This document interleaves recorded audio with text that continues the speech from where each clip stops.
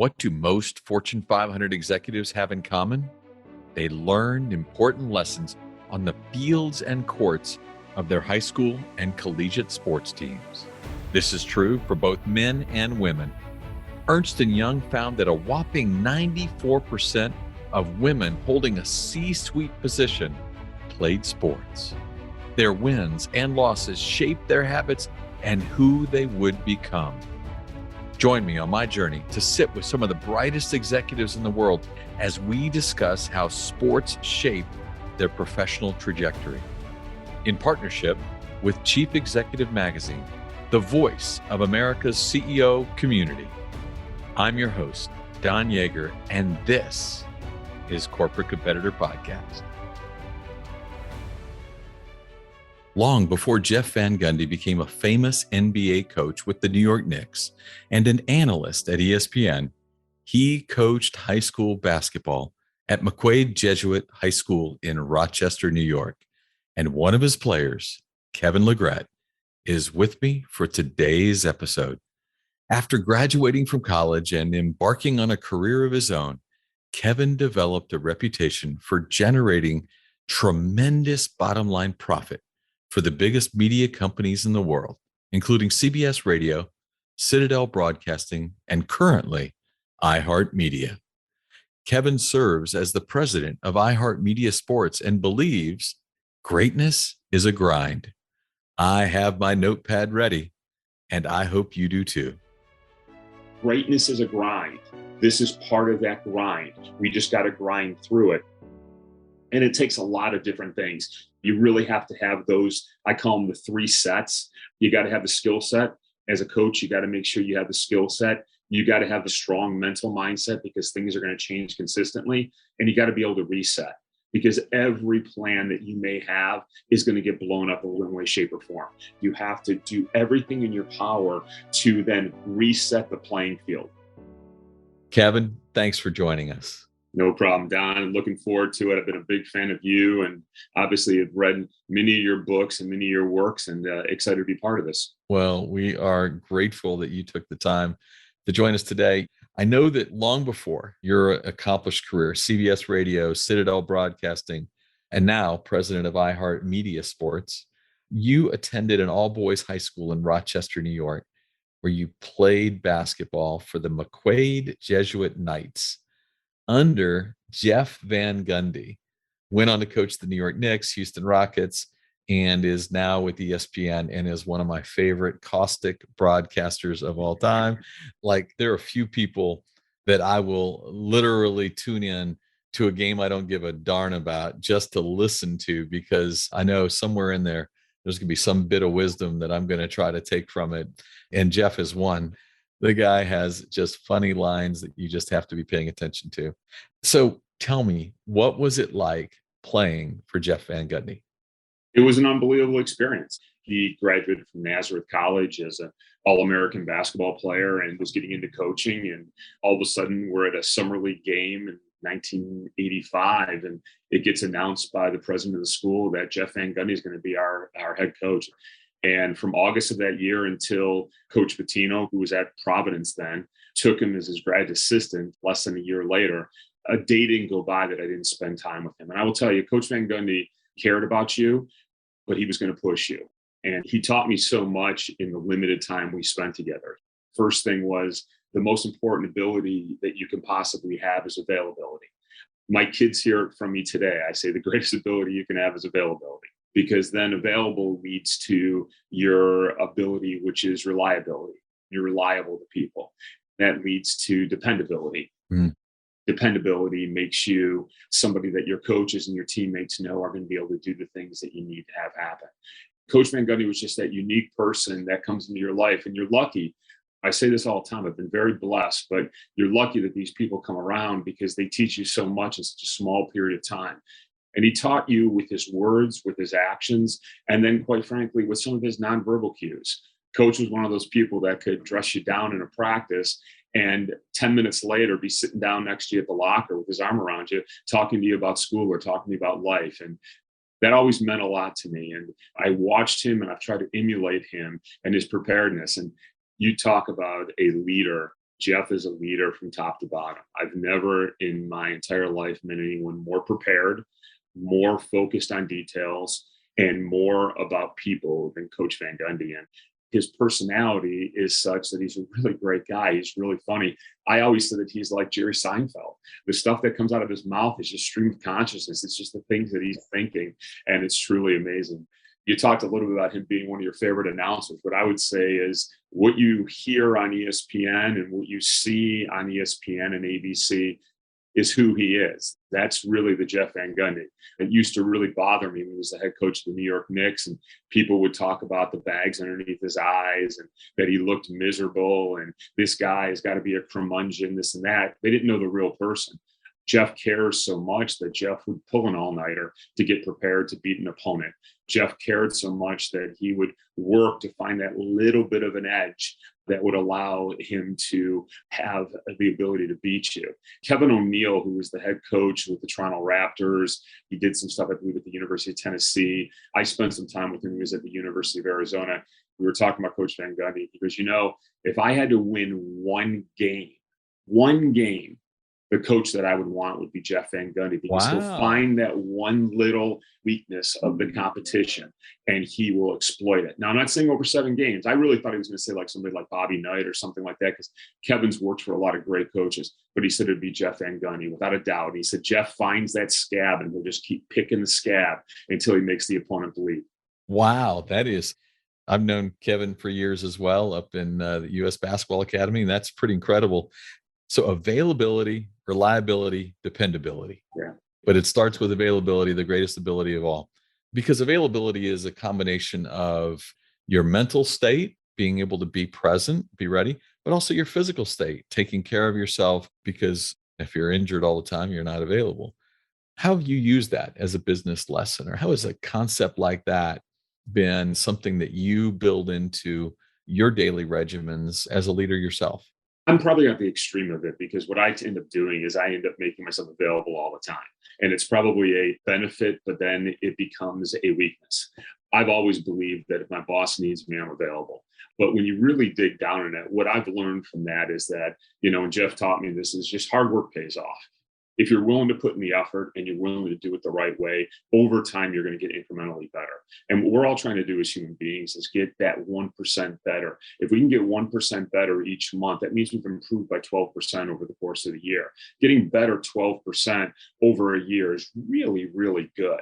If you went to most people and you said, hey, I've got a program for you to get 12% better, you'd be like, I'm in. I got a program for you to lose 12% of the weight you want to achieve. You'd be like, I'm in. I'll make that work. I'll make that bet. And it's about making the commitment. If there's one thing that really great leaders understand, and people who are successful in any walk of life, it's that if you make that commitment and you're willing to do the work, typically success follows. It's not a complicated formula. I sometimes laugh when you read these motivational books or you listen to people speak and they have these elaborate concepts on how you're going to change your life and how you're going to be successful. At the end of the day, you have a goal. At the end of the day, you're disciplined to that goal. And at the end of the day, you every day rise and push yourself to that goal. You're going to be successful. The importance in your life is in direct correlation to you being able to talk to yourself versus listening to yourself. Mm-hmm. If you talk to yourself, you're going to say the things to yourself to push you further. If you listen to yourself, your body is constantly going to be telling you you're tired, that, hey, don't make yourself vulnerable. But if you talk to yourself, you're going to push yourself to greater heights. And I think that that's what a lot of great leaders do. I think that's what high productive, successful people do consistently. They talk to themselves in positive tones so that they can achieve the goals that they want. Totally agree. That is an absolute, and you find it as you get a chance to interview or spend time, as you have with so many great leaders, that's a truism right there. In an LA Business Journal interview, you were asked to name your heroes in your life, and you named 3, and I thought this was pretty incredible: your mother, your wife, and Jeff Van Gundy. Yeah. That's pretty rare company for Coach Van Gundy to land up there with mom and wife. And hero is a pretty big word. Why do you put him in that rare air? Well, all 3 of them are in the same rare air because they believed in me. And they believed in me in times they didn't need to believe in me. I wasn't a screw up in high school, but I definitely made some bad decisions. And Jeff was always there for me and always pushing me to my best. It would have been very easy for him to say, I'm done with this guy. But Jeff was there for me. He always believed in me. And even when I didn't believe in myself, even when I didn't think I could achieve the things I could, he always would tell me that I was a natural leader. The people rally around you. You need to hone in and really commit yourself to being the greatest leader, whether it's a business person, whether it's somebody who serves their community, or whether it's somebody who serves their family. Jeff would always be there, believing in me, putting his arm around me, encouraging me. I remember when I was in college and, I tore my knee up. This is back in the day when you had ACL surgery, and it took a long time to get back. This is 1989. And I remember when I got out of surgery, one of the first phone calls I got was from Coach Van Gundy. My mother handed me the phone, and he had a game that night, but he was calling from Providence, reaching out to me. I was like, Coach, man, it hurts. My knee is killing me. And he actually gave me a shot across the bow, pretty much kicking me in the butt, saying, stop whining, stop feeling sorry for yourself, get back after it, because you're going to come back, you're going to come back stronger and more powerful. I'd say the same thing about both my mother and my wife. They believed in me, and they believed in me at times they didn't need to believe in me. And that made me stronger, and that made me push even further. And sometimes that's all you need. Sometimes people just need that encouragement, and you'd be amazed at how much further they can be. And it's one of the things I try to do in my professional career. I have no problem writing somebody a handwritten note, encouraging them. I have no problem picking up the phone and calling somebody. I have no problem walking into a seller's cube who's struggling, and sitting on their desk and saying, let's talk about it. Are there ways that I can help you? That encouragement goes a long way. And that was probably Jeff's best trait, was he knew how to push certain buttons. And I know all coaches you hear that from, but like when I would go to the New York Knicks practice, I would always notice that afterwards Jeff would be off in a little stairwell talking to somebody like Patrick Ewing. And I asked him one time why. A guy like Patrick Ewing has so much pride. He wants you to criticize him. He wants you to tell him how to get better, but don't do it in a group setting. Do it one-on-one. And Jeff picked up on that. And you see this 5'9" guy looking up at this 7-foot Patrick Ewing, but he was explaining to him, Patrick, you need to do this, you need to do that. And Patrick was eyes locked in on eyes. I think great players and I think great coaches have a big respect for what Nick Saban calls the critical eye. The critical eye is somebody telling you ways that you can get better, but telling you in a manner to make you better, not to bring you down. So I love that. And yes, Saban is a master of that. But the other thing that you're pointing out there is that each individual member of your team needs that critical eye shared with them in a way that's specific to them. And too often we want to try to treat all members of our team equally. And that's unfair to most. You stayed in Rochester to go to St. John's Fisher College, the Cardinals, go Cardinals, where you continue to play basketball under Coach Bob Ward, which I think is a cool kind of full circle moment, because Coach Ward actually was the coach for Jeff Van Gundy at Nazareth College back in the day. Coach Ward is one of the winningest coaches in the history of Division III, known for his longtime tenure as the school's athletic director. Tell me about his leadership and something you learned from Coach Ward. Coach Ward was probably the best leader I've ever been around when it comes to one-on-one with an individual. Coach was always great about bringing you in his office and talking to you one-on-one. Across the hallway from the gym was the racquetball courts at Fisher, and he would take you in there and talk to you one-on-one. Just genuinely a really, really good person. That's such a powerful thing. Sometimes you have people who build systems that are around a certain approach, but at the end of the day, your system has to be built to your talent. You've mentioned on a couple of these different answers the importance of feedback on the basketball court, pulling you aside, whether it's into the racquetball court or into a stairwell with Patrick Ewing. How are you as a feedback giver as a result of the experiences that you've had? First and foremost is I manage by walking around. I think it was Abraham Lincoln that talked about that. The best thing you can do in any organization is walk around, because you'll find things out by communicating with people in the hallway. But I think everything starts with trust. You can't have chemistry unless you have trust. And you've got to have trust with your individuals, and they need to know that you care about them. With COVID and everything, The world has changed, Don. You're not face to face with people, and you're not in people's offices or in people's cubes, or those impromptu conversations that take place in an elevator or a stairwell as you're coming and going don't happen anymore. So you've got to make sure that you are being really disciplined with your time, and more importantly, making sure that you're touching your key performers consistently, because you don't want to lose that chemistry. And I always believe that you always have to be evaluating. You have to be asking the questions, why do we do this? Why don't we do this? What can we do? And for me, I'm always trying to find that ED with my team, the extra dimension in both players and staffs, and trying to make sure that they understand that for us to be successful, I always look at really 6 areas for any team. We have to commit to excellence. We have to commit to execution. And you find that as you walk around, you have to be committed to no excuses. We all have hands in the middle, that there are going to be times that we win and there's going to be times that we lose, but we lose, we learn. We don't make excuses. We need to make sure that we're all committed to doing our jobs and doing our jobs completely. Are you tucking in the corners of the bed? Are you cleaning the corners of the room? Those are the things that people really aren't looking for. You need to take pride in that. And it's one of the things that I tease my children about as they're getting older. Sometimes they don't keep their room as clean as I would keep my room. But the fact of the matter is, my mother and my father are really tough on cleanliness and making sure that those things get done. We may not have had the greatest pairs of sneakers and this and that, but what we had, we were going to take care of. The 5th thing is, get over yourself. No matter how good you are, you got to get over yourself, because you're only as good as the team. That goes for work too. And that goes for even being a salesperson. Many salespeople think, yeah, it's all about me. I billed $1 million this quarter, or I did this, or I did that. Get over yourself. Be committed to the team. And the last thing is, be a good teammate. Help teammates out. Make sure that you're doing each and everything that you can possibly do to put yourself in a position to be successful. Because all those things together really allow you to be in a holistic opportunity to be successful. And I think that's what it's all about. And one of the things I learned from both Coach Van Gundy and Coach Ward is that success lies in simplicity. A lot of people want to complicate the business operation. Can we make sure that we're doing the simple things better than anybody else? If we're doing the things we're supposed to be doing to the best of our abilities, typically success is going to follow. John Wooden used to call it doing the common things uncommonly well. Yeah. By the way, I have a list on my refrigerator for my kids of 10 things that require no talent that will set you apart, make you different. But I think I might steal your 6 here. I love it. I might do better with 6 than 10.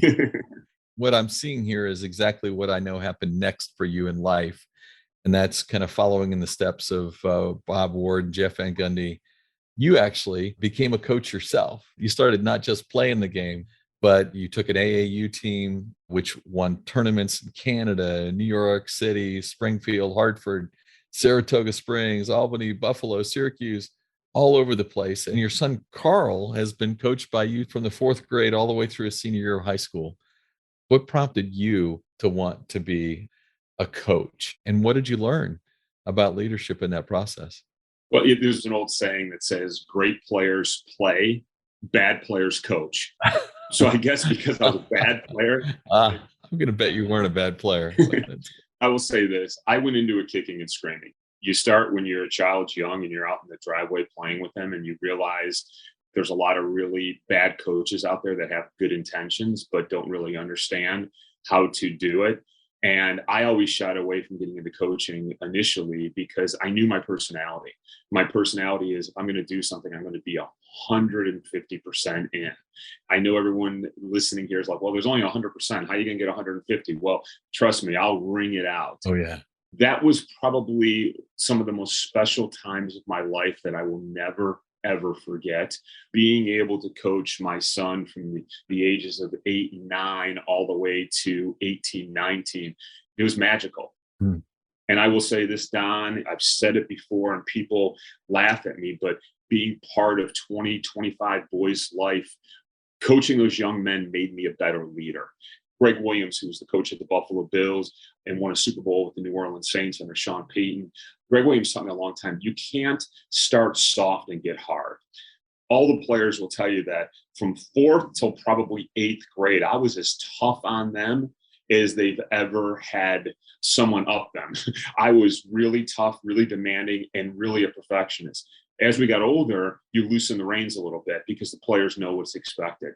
But those relationships will carry on through the rest of my life. It's amazing to me when I get kids that are 25, 26 that are inviting me to their weddings now. I get players that I worked out individually that will call me about, hey, I've got this problem at work. I wanted to get your advice on it. The relationships that I was able to build with those young men are very, very special to me. They mean a lot to me. I can't begin to tell you that there are times when I'm driving alone in my car or I'm on the Peloton in the morning and I'm working out and I think of, a Zach DeSalvo, or I think of a Reed Metzger, or I think of a Tyler Stingline, or a Deion Hamilton, or Anthony Lamb, or Jay Sarkis, a player I was really, really close with, and probably a player that was an extension of me the way I try to be an extension of Jeff Van Gundy.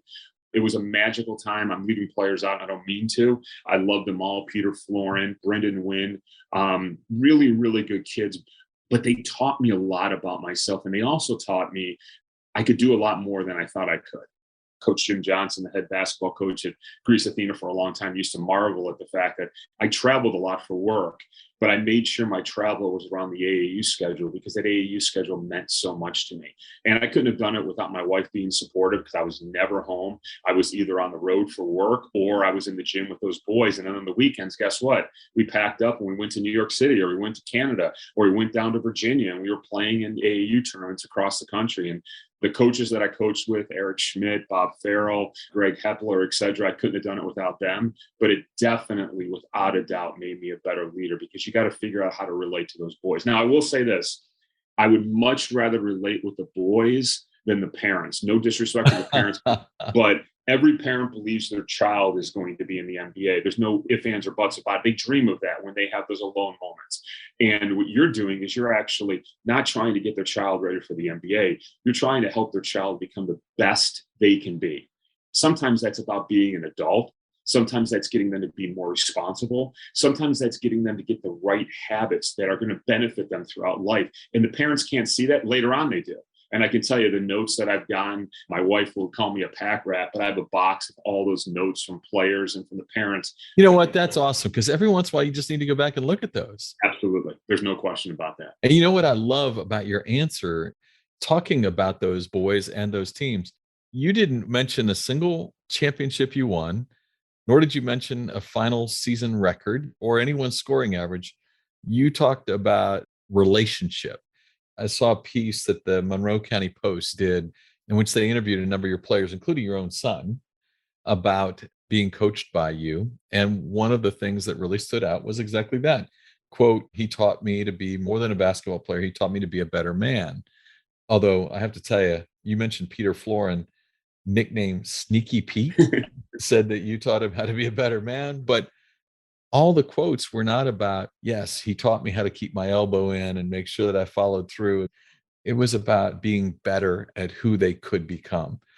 That's really powerful. I love that that is both the way you saw your relationship with them and obviously reflected back in the way they felt the relationship with you was expressed as well. I think it all comes back to everybody has their role model. My role models were always people like John Wooden, Rick Pitino, Mike Krzyzewski, people like Jeff Van Gundy. I knew just being around them in one way, shape, or form, the impact that they had on their players. And their players always spoke of them, not necessarily with the wins and the losses, but with the life lessons they taught. I'm very happy to say that we probably won 95% of the games that I was a part of. It's because of the players, not because of me. I was able to put them into positions for them to be successful and to let their natural gifts and their hard work go on display. But we were really proud of the fact that we were a ragtag team from Rochester, New York, primarily made up of Hilton, Greece, City, as well as Irondequoit players. And we were able to play at the highest levels in our age group because we played as a team, which was very magical. And a player like Pete Florin, we call him Sneaky Pete because you look at Pete and you think of a kid that's probably spending his afternoons playing video games, but he would get on the court very unassuming. And the next thing you know, he would dunk on you. And the next thing you know, he would knock down a 15-foot jump shot. And the next thing you know, you'd go by a player. We had players on our team that were really, really special as talent goes. Joey Wallace, his father, John, played in the NBA for numerous years and was from Greece. And Joey could have played for a lot of teams. He could have played for teams out of New York City. He could have played for teams out of Albany, etc. And Joey and his father wanted him to play with us, primarily because he wanted Joey to learn discipline. He wanted Joey to learn how to play the game the right way. I'll always be grateful to John Wallace for supporting me and, more importantly, encouraging Joey to stick with me. But even after Joey went to prep school and was living in Connecticut, Joey would make the trek every week to come home to play in AAU tournaments with us.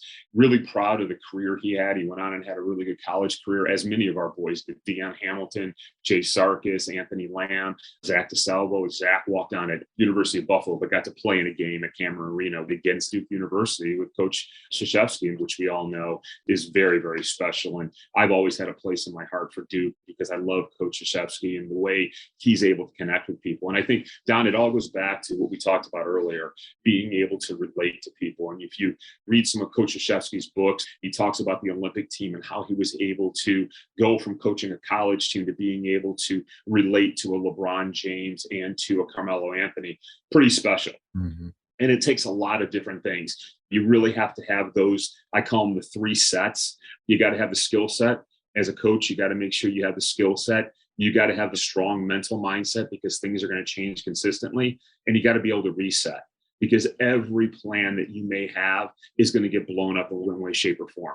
I go back to just last year as a case study. We had the best plan I've ever had going into a year to being able to be really successful in 2020. Came out of the gates fast. We were up like 15. And then COVID hit and the entire world changed. So we needed to adapt. And I think the biggest thing is you have to have trust with your team. And your team needs to know that you're committed to them as well as the organization. All of us were faced with something we never thought in our lifetime. I'm somebody who studied a lot of history and knew a lot of the stories about the Spanish flu, et cetera, but I never thought that I was going to experience a pandemic in my lifetime. Being able to pivot to people being able to work remotely, thinking about different communication ways with your team. I mean, I talked a lot earlier about walking around and managing by walking around. That ended. There were days I was in this building by myself for the majority of the day. And I always laugh. I say, I understand what happened to Jack Nicholson in The Shining when he went crazy, because I'd be here some days and I wouldn't talk to anybody for 7-8 hours because no one was in here except for me. And I'd walk the facility and it would be empty. And I'm like, this is really strange. I think you have to over communicate. You have to let the team know what's going on. I think you have to do everything in your power to then reset the playing field. And we wanted to attack the year with the ability to be adaptable, while at the same time to lead with heart with our advertisers and with our clients and letting them know we understood the position they were in. Many of them were worried about how they were going to make their payroll. And we did everything we could to be a partner with them through the tough times. And I said to the team again and again and again, greatness is a grind. This is part of that grind. We just got to grind through it. And we've got to be prepared. You know, there's a lot of hours that we all have to commit. We commit long hours, we commit odd hours. But the fact of the matter is there's going to be surprise hours. And last year was a year of surprise hours and hours that we needed to do things a little bit differently. And it made a big, big difference. And I may have put up some of the worst numbers I've ever had last year, but I can tell you that when I put my head on my pillow on December 31st, I know that it was probably my best year of leading because I needed to lead my team differently. And it wasn't just about wins and losses. It was about, am I making sure that I am being adaptable enough and putting their safety and their mindset at the forefront before a scoreboard. And that's a different mindset, but you were able to adapt. And that's where I talk about those 3 skill sets. Being able to reset is really important. Wow. Greatness is a grind. Perfect way of putting it. We've talked about several coaches who were impactful to you. We've talked about you as coach, but who coaches you today? You're in this really amazing position. Some of the things that you all are doing at iHeartRadio Sports is incredible. Who coaches you today? That's a great question, Don. And one of the things I say to people when I interview them is, tell me about your cabinet. Tell me about those 4 or 5 people that you can call at any moment and ask for advice. I'm very fortunate. My cabinet is people like Jeff Van Gundy. I still can reach out to Jeff to this day and ask him advice on things. And I've done that. When I left Citadel Broadcasting, where I had a really good job, he was one of the calls that I made just so he knew what I was doing and asked what his thoughts were on that. In addition, people like Don Balukas. Don Balukas is my boss at CBS. I still have a relationship with him today. And I know that if I need help or I need advice on something, he'll be glad to give it to me. People like Judy Ellis, who was my chief operating officer at Citadel Broadcasting. To this day, I can reach out to Judy, ask her opinion on things. It's really important that people have a cabinet. I always believe in continuing, as Stephen Covey says, sharpening my own saw. I'm an avid reader. I love listening to people. I love Nick Saban. I went to a small school, as you know, and we talked about earlier, St. John Fisher College. So I didn't have that big allure of Alabama football games every Saturday and things like that.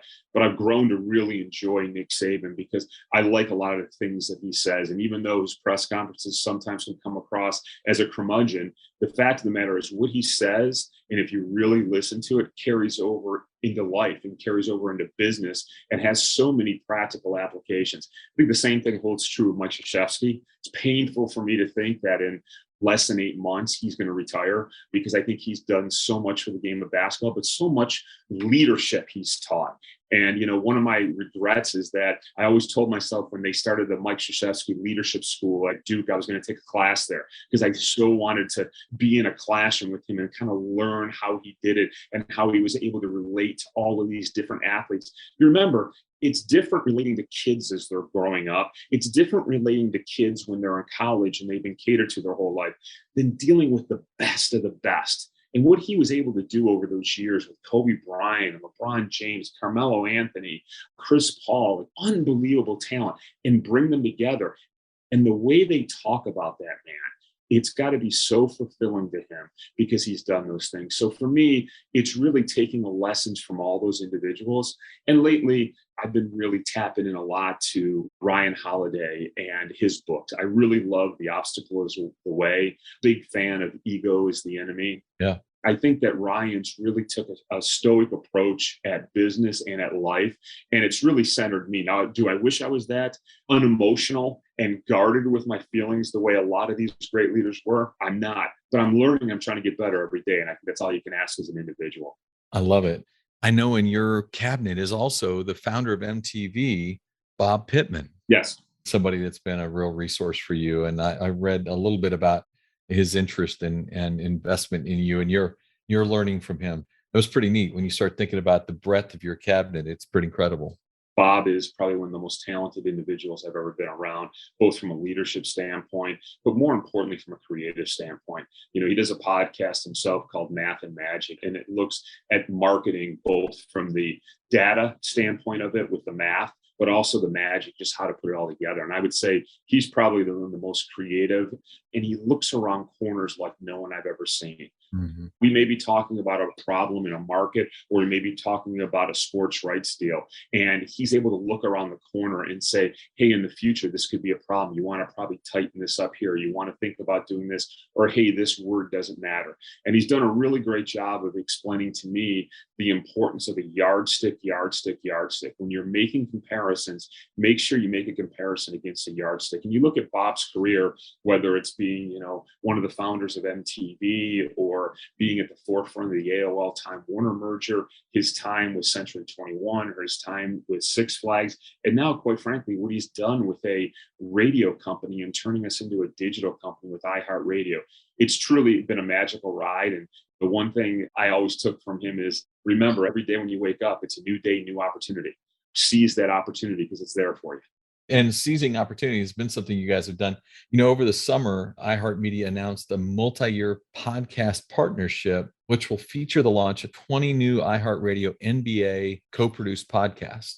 Tell me what listeners can expect from this new opportunity that you all are creating there with the NBA. I love the league, as do you, and I know the stories, and they're so great. I can't wait to hear what you're going to do with it.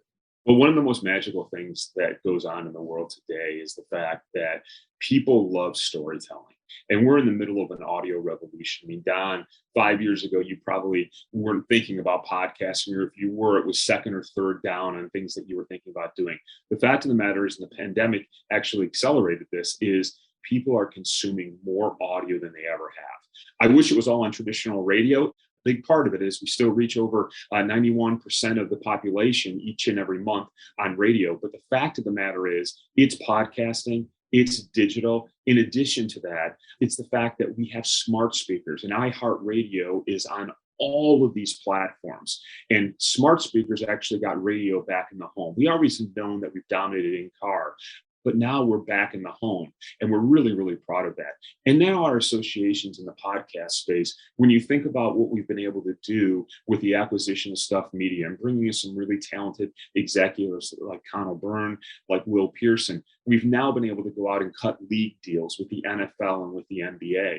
And our NBA partnership, to your question, is about us telling the story behind the story. There's magical stories. I know one of the reasons why I love still getting together with Jeff Van Gundy, besides the fact he's a mentor, friend, is he has great stories. Oh, yeah. Ask him about the time when he and Michael Jordan got into it. Or I'll ask him about, the time that they were able to knock off Pat Riley and the Miami Heat. Him telling those stories, it's truly compelling. And we believe there's a lot of audio out there and a lot of stories that haven't been told. And over the course of the next few years, we're going to be right at the forefront of getting those stories out there. Some of it's going to be at the infant stage of the league. Some of it's going to be during the 80s and 90s, the heyday when we started turning that curve, when David Stern and his team really got their arms around it. And a lot of it's going to lead into where we are today and how the whole ecosystem of the NBA has changed with players now becoming brands, et cetera. So we're extremely excited about it. We're still in the process of launching, but I can tell you, every time I'm in one of those meetings, I pinch myself because I'm so excited. I can't wait. I will be a regular listener. I guarantee it. One question we have tried to ask almost all of the executives that we've learned from who have athletics in their background, all of them have had an experience building teams, or they've been part of great teams. So they know what it looks like. Unfortunately, too often in the corporate world, people are talking about their team. What they really are is a group of people that just have the same business card. How would you, as a person who understands teams and leadership, counsel someone who's trying to take that group of disparate personalities and walk them over the bridge to become a team? You talk about trust, you talk about some of the things you've done. What are some ways you would help someone take a group of people and build a team? First and foremost, your goal should always be progress, not perfection. And if you're making progress, you're moving in the right direction. It's unfortunate to say this, but not everyone's going to make it. And you as a leader need to understand that you're not there to save everyone. In fact, you trying to save others will bring down the standards of the organization. So you constantly have to be weeding the garden. How do you weed the garden? Well, number one, you look for those people who are constantly making excuses. Those are the ones that aren't going to take responsibility. The second thing is you look for those individuals on your team who are constantly dreaming. They want to approach things a little differently. I think of somebody like Bob Pittman right there, because there's no question he's always thinking differently. And then you want to make sure that you understand clearly what the problems your organization are facing and what the alternatives are to solve them. Problems truly are opportunities. I use those three things kind of to start filtering down the fact that you're going to need to weed the garden. For you to have an organization that's moving smoothly and moving in the same common direction, you're going to, as a leader, need to make tough decisions. And you need to understand that you're going to have your superstars, but you're going to have what I call the glue people. Every successful organization has really good glue people. Those are the ones that hold the organization together.